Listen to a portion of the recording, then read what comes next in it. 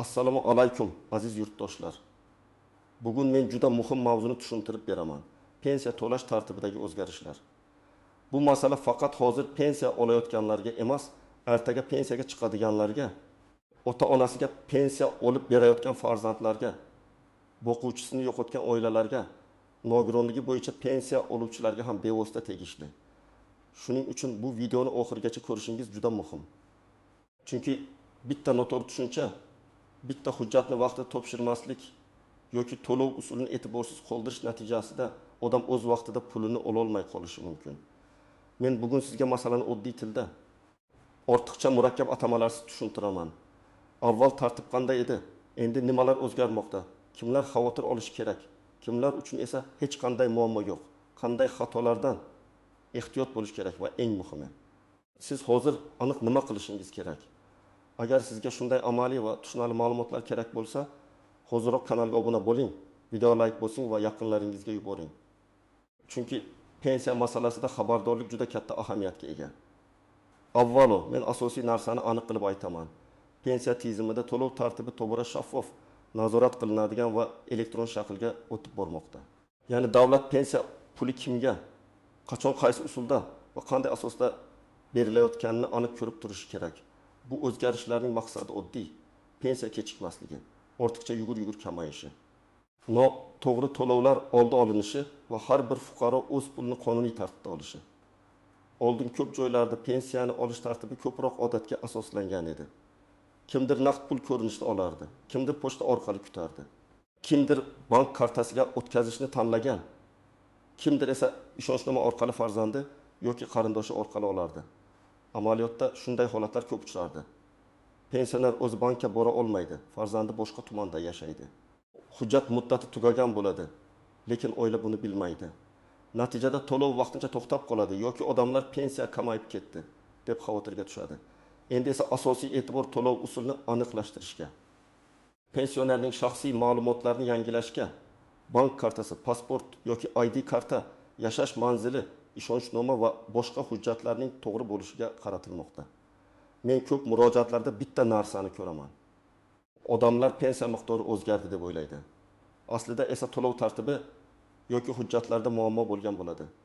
Shuning uchun bugungi videoda men aynan shu farqni tushuntiraman. Pensiya miqdori boshqa masala. Pensiyani to'lash tartibi boshqa masala. Ilgari pensiya tayinlangandan keyin ko'pchilik uchun jarayon juda oddiy ko'rinardi. Har oy ma'lum kunda pul keladi, yoki pochta xodimi olib keladi, yoki bankdan yechib olinadi. Lekin bu oddiy ko'ringan jarayon ichida juda ko'p huquqiy va texnik holatlar bor. Masalan, pensioner tirikligi, doimiy yashash joyi, bank hisob raqami faol ekani, kartaning muddati tugamagani, ishonchnoma haqiqiyligi, chet elga ketmaganligi, nogironlik guruhi muddati tugamaganligi kabi ma'lumotlar doimiy tekshiriladi. Yangi tartibda asosiy urg'u shunga qaratilmoqda.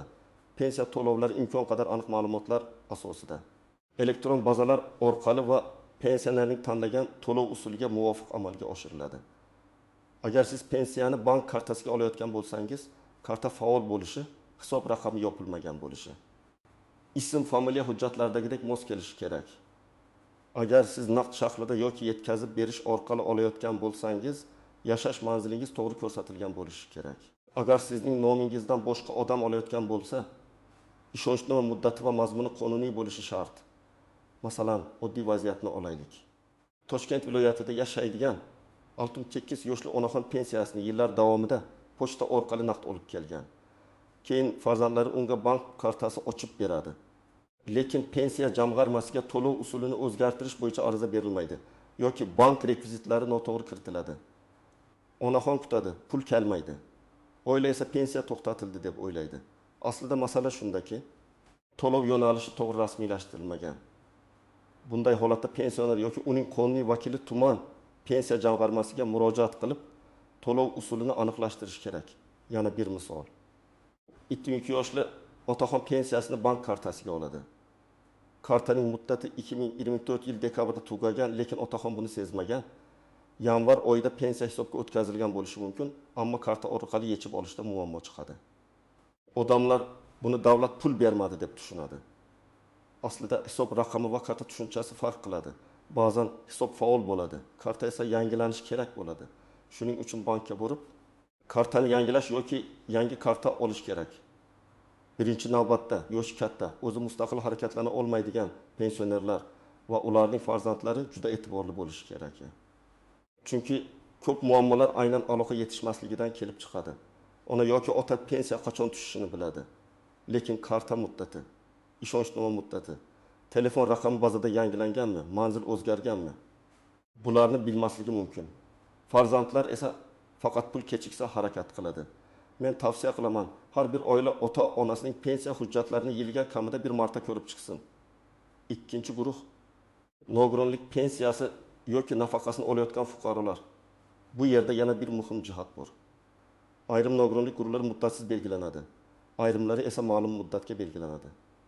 Agar tibbiy mehnat ekspert komissiyasi xulosasining muddati tugagan bo'lsa, to'lovda uzilish bo'lishi mumkin.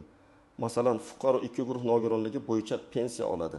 Xulosa muddati 1 martda tugaydi. Lekin u qayta ko'rikdan o'tishni kechiktiradi. Natijada keyingi oyda to'lov to'xtashi yoki qayta rasmiylashtirish talab qilinishi mumkin. Bunday holatda odamlar pensiyamni olib qo'yishdi deb o'ylaydi. Lekin sabab hujjat muddati bilan bog'liq bo'ladi. 3-guruh o'quvchisini yo'qotganlik pensiyasini olayotgan oilalar. Ayniqsa o'quvchi yoki talaba farzandlar bo'yicha to'lovlar bo'lsa, ta'lim muassasasidan ma'lumotnoma, o'qish davom etayotgani haqidagi tasdiq, yosh chegarasi kabi masalalar muhim. Masalan, bola 15 yoshga to'ldi, lekin kunduzgi ta'limda o'qishni davom ettirmoqda. Agar kerakli ma'lumotnoma vaqtida taqdim qilinmasa, to'lovda uzilish bo'lishi mumkin. Keyin hujjat topshirilgach, ayrim holatlarda qayta hisob-kitob qilinadi, lekin vaqt va asab ketadi. 4-guruh chet elga vaqtincha yoki doimiy ketgan pensionerlar. Bu masalada albatta rasmiy tartibga amal qilish kerak. Chunki pensiya oluvchi shaxsning yashash joyi, bank hisoblari, vakil orqali olish huquqi, hayotlikni tasdiqlash kabi masalalar paydo bo'lishi mumkin. Agar inson bir necha oy chet elda bo'lsa, bank kartasi orqali pul yechaverishi mumkin deb o'ylaydi. Lekin ayrim vaziyatlarda hujjat yoki tasdiqlovchi ma'lumot talab qilinishi mumkin. Men bunday fuqarolarga oldindan pensiya jamg'armasi bo'limidan maslahat olishni tavsiya qilaman. Agar sizning pensiyangiz bank kartasiga muntazam tushayotgan bo'lsa, kartangiz faol bo'lsa, pasport yoki ID karta ma'lumotlaringiz yangilangan bo'lsa, manzilingiz o'zgarmagan bo'lsa va siz hech qanday maxsus holatga tushmagan bo'lsangiz, ortiqcha xavotirga hojat yo'q. O'zgarishlar odatda bunday fuqarolar uchun katta muammo tug'dirmaydi. Aksincha, tizim aniq ishlasa, pulingiz o'z vaqtida kelishi osonlashadi. Lekin xavotir olmaslik degani umuman tekshirmaslik degani emas. Men har bir pensionerga yoki uning yaqinlariga 3 ta narsani tekshirishni maslahat beraman. Birinchisi karta muddati, ikkinchisi telefon raqami va manzil ma'lumotlari, uchinchisi pensiya qaysi usulda to'lanayotgani masalan. Siz bir necha yil oldin naqd shaklda olishga ariza bergansiz, keyin karta ochgansiz, lekin to'lov usuli bazada o'zgarmagan bo'lishi mumkin. Yoki aksincha karta ochilgan, lekin pensioner pulni naqd kutib o'tirgan bo'lishi mumkin. Keling, aniq misollar bilan tushuntiraman. Birinchi misol, pensioner har oy 1 million 200 ming so'm pensiya oladi. U bank kartasiga o'tkazishni tanlagan. Yanvar oyida pul tushdi, fevralda tushmadi deb o'yladi. Tekshirilsa, aslida pul hisob raqamiga o'tgan, lekin karta bloklangan bo'lgan. Bu holatda pensiya yo'qolmaydi. Bankka borib karta masalasini hal qilish kerak. Agar hisob raqami yopilgan bo'lsa, yangi rekvizitlarni pensiya jamg'armasiga taqdim qilish kerak bo'ladi. Ikkinchi misol, onaxon 9 ming so'm pensiya oladi. O'zi yura olmaydi. Pensiyani qizi ishonchnoma asosida olib keladi. Ishonchnoma 6 oyga berilgan. Muddati tugagan. Qizi keyingi oy bankka borganda pulni ola olmaydi. Bu yerda ham pensiya bekor bo'lmaydi.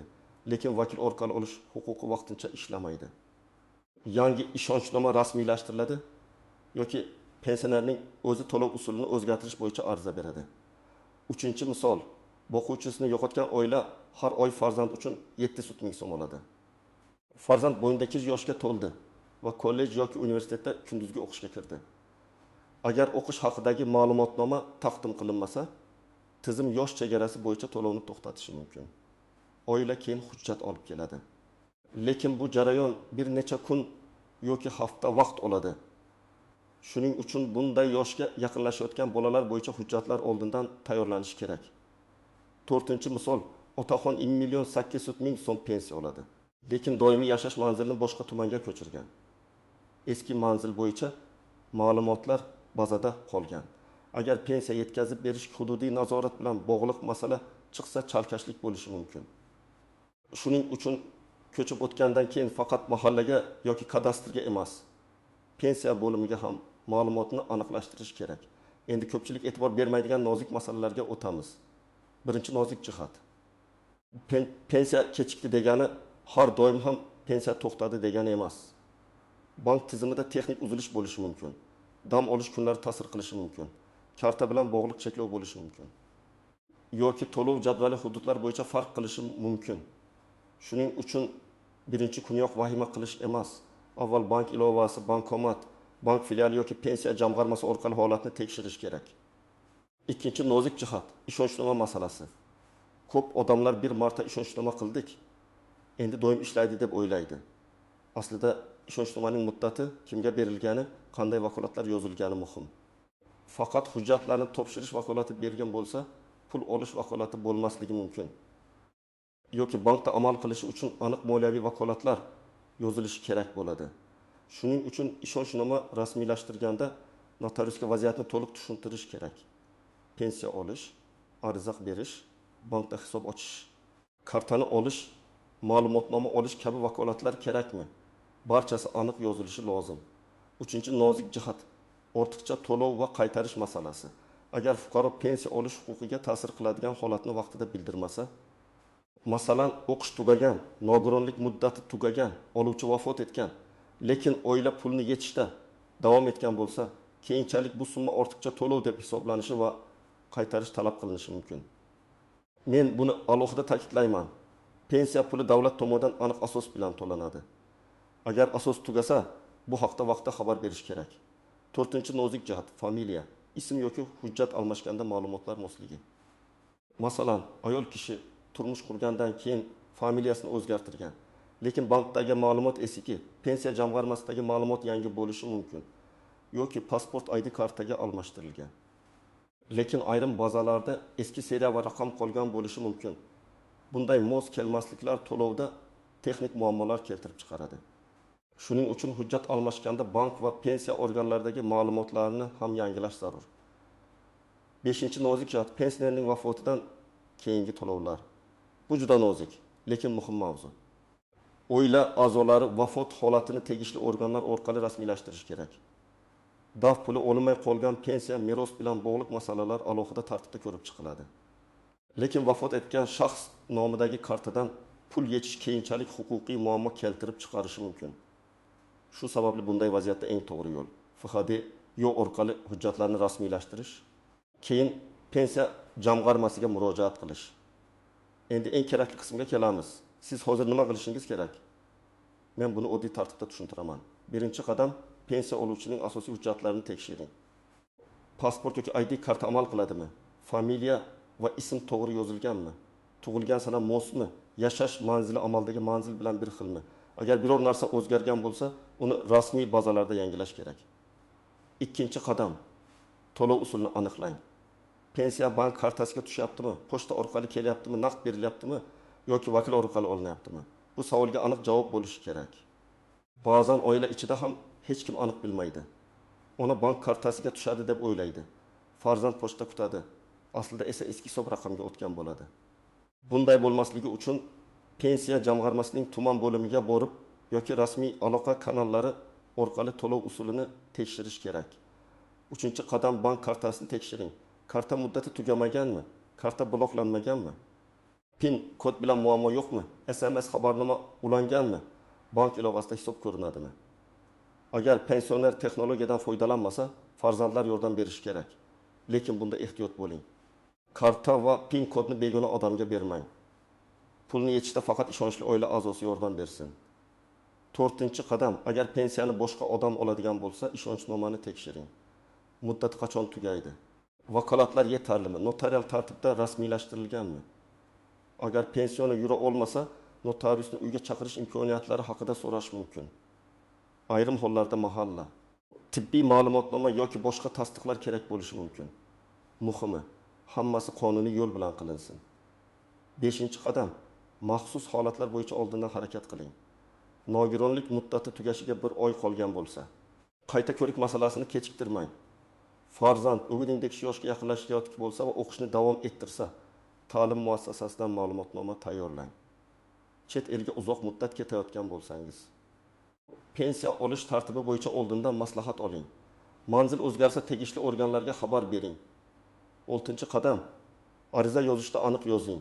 Agar siz to'lov usulini o'zgartirmoqchi bo'lsangiz, arizada pensiyani qaysi bank hisob raqamiga o'tkazish kerakligini, bank nomi, hisob raqami, karta egasining ish ma'lumotlarini to'g'ri ko'rsating. Agar vakil murojaat qilayotgan bo'lsa, ishonchnoma nusxasi va shaxsni tasdiqlovchi hujjatlar bo'lishi kerak. Agar hujjat topshirganingizdan keyin javob kutayotgan bo'lsangiz, qabul qilingan sana va murojaat raqamini yozib qo'ying. 7-qadam. Har oy pensiya kelganini tekshirib boring. Agar pul odatdagi kundan bir necha kun kechiksa, avval bankni tekshiring, keyin pensiya jamg'armasiga murojaat qiling. Murojaat qilganda pulim kelmadi deb umumiy aytishdan ko'ra, aniq gapiring.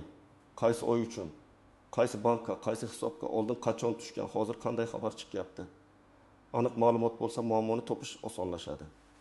Odatda bunday masalalarda kerak bo'lishi mumkin bo'lgan hujjatlar quyidagilar: pasport yoki ID karta, pensioner guvohnomasi yoki pensiya bilan bog'liq ma'lumot, bank rekvizitlari, karta ma'lumotlari, yashash manzili bo'yicha hujjat, ishonchnoma, nogironlik bo'yicha tibbiy xulosa, ta'lim muassasasi ma'lumotnomasi, fiqadiy yo'q hujjatlari, meros yoki oila a'zoligini tasdiqlovchi hujjatlar. Har doim ham hammasi kerak bo'lmaydi. Lekin vaziyatga qarab talab qilinishi mumkin. Men maslahat beraman. Uyda alohida papka qiling. Unda pensionerning pasport nusxasi, bank kartasi rekvizitlari, pensiya bo'yicha oxirgi ma'lumotlar, ishonchnoma nusxasi, telefon raqamlari va kerakli tashkilotlar manzili tursin. Bu oddiy ko'rinadi, lekin amalda juda katta yordam beradi. Ayniqsa kutilmagan vaziyatda farzandlar qayerga borishni, nima so'rashni, qaysi hujjatni olishni biladi. Aziz yurtdoshlar, pensiya to'lash tartibidagi o'zgarishlarning asosiy ma'nosi shundan iborat. Endi hamma narsa aniq hujjat, to'g'ri ma'lumot va qonuniy to'lov usuliga bog'liq. Agar hujjatlaringiz joyida bo'lsa, bank kartangiz faol bo'lsa, ma'lumotlaringiz mos bo'lsa, xavotirga katta sabab yo'q. Lekin agar ishonchnoma muddat tugagan, karta eskirgan, manzil o'zgargan, nogironlik yoki o'qish hujjati yangilanmagan bo'lsa, to'lovda uzilish paydo bo'lishi mumkin. Men sizdan iltimos qilaman, bu masalani keyinga qoldirmang. Bugunoq ota-onangiz, buyingiz, bobongiz yoki o'zingizning pensiya hujjatlaringizni tekshirib chiqing. Bir qarashda mayda ko'ringan narsa, masalan, karta muddati yoki bitta ma'lumotnoma keyin katta muammoga aylanishi mumkin. Pensiya bu ko'pchilik oilalar uchun asosiy daromad manbai. Shuning uchun uni olish tartibini bilish har birimiz uchun zarur. Agar sizda pensiya to'lovi kechikishi, karta ishonchnoma, nogironlik muddati, boquvchisini yo'qotganlik pensiyasi yoki boshqa holatlar bo'yicha savol bo'lsa, izohlarni yozib qoldiring. Men imkon qadar tushunarli qilib javob berishga harakat qilaman. Videoni foydali deb bilsangiz, albatta like bosing, kanalga obuna bo'ling va bu ma'lumotni yaqinlaringizga yuboring. Chunki bitta odam xabardor bo'lsa, butun oila muammodan saqlanib qolishi mumkin.